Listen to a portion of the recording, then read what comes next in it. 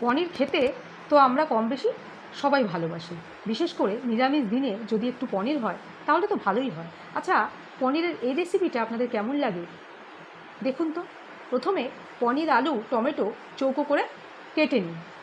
Fry প্যানে তেল দিয়ে পনিরের টুকরোগুলো হালকা ভেজে নুন জলে ডুবিয়ে রাখুন পনিরের টুকরোগুলোকে সফট করার জন্য।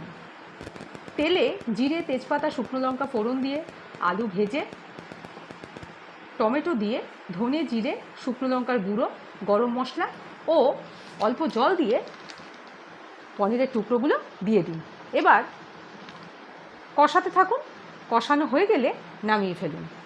আলু টমেটো দিয়ে নিরামিষ পনির কষা একদম রেডি।